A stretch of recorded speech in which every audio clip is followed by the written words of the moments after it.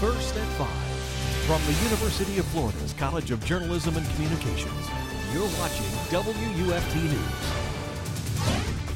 There's a hard freeze warning overnight, and record cold temperatures could be shattered by Wednesday morning.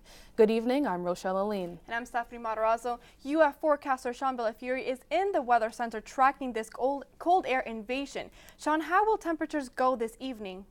Thanks, Sean. Well, as you wrap yourself up preparing for that cold weather, you need to keep in mind wrapping up your home. According to the Insurance Information Institute, frozen pipes are the second most common cause of home insurance claims in the U.S., and Florida is no exception.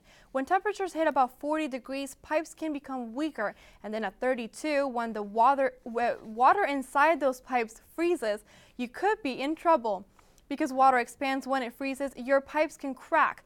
Then when the water defrosts, leaking all around your home can occur. Foam wrapping for exposed pipes and covers for faucets are available at hardware stores. Lowe's on 13th Street in Gainesville is seeing a lot of customers coming in and asking how to prevent the cracked pipes. Elementary schools are taking extra precautions because of the weather. Educators are bringing outside activities indoors. Elementary schools throughout Alachua County are bringing students indoors for physical education classes and for programs that run before and after school time. Well, anytime we have cooler temperatures, we always take the precaution of not having our students outside. For PE, physical education, classes are usually held outside, but during extreme weather conditions, classes are conducted inside the classroom. Our PE coach will go to the classrooms and conduct physical activities in the classrooms with the students. Principals encourage parents to make sure their children are layered up tomorrow so they can stay warm while getting to school and while walking between different classrooms during the day. In Gainesville, momentum may be building towards returning Northwest 8th Avenue to its previous state, rather than the experimental narrowing of 2 lanes near Westside Park. Mayor Ed Brady is pushing for that reconsideration, and it could come to a vote next month. But some neighborhood residents say not so fast. WFT's Cristina Mendez explains why, joining us from the newsroom. 2 Palestinian men entered a synagogue in Jerusalem today and killed 4 people in a violent outburst unlike any the city has seen in years.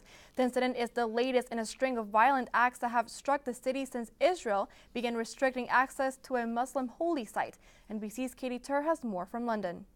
President Obama and Secretary of State John Kerry have both issued statements condemning the attack and are calling for an end to the escalating violence between the 2 groups.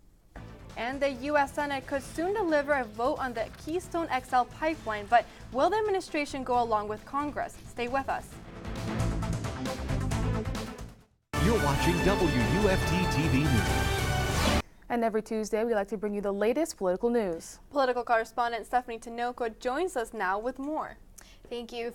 Thank you, Stephanie. Well, Sean was telling us about the very cold morning ahead of us, but that cold snap won't last forever. Right, and he's...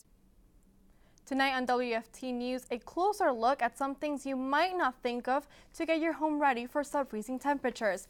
And for more on the day's biggest international story, the attack in Israel. Stay tuned now for BBC World News, and then make sure to watch the PBS NewsHour at 7. And this holiday season, if you find yourself out running errands during the 7 o'clock hour, remember you can still catch the NewsHour through a simulcast on WFT FM. I think having robots is a great idea. And it's life-saving, so it's very important, very important. Thanks, Sean, and thank you at home for watching WUFT News First at 5. BBC World News is next, followed by WUFT News at 6. And your local news is always on at WUFT.org. Good night.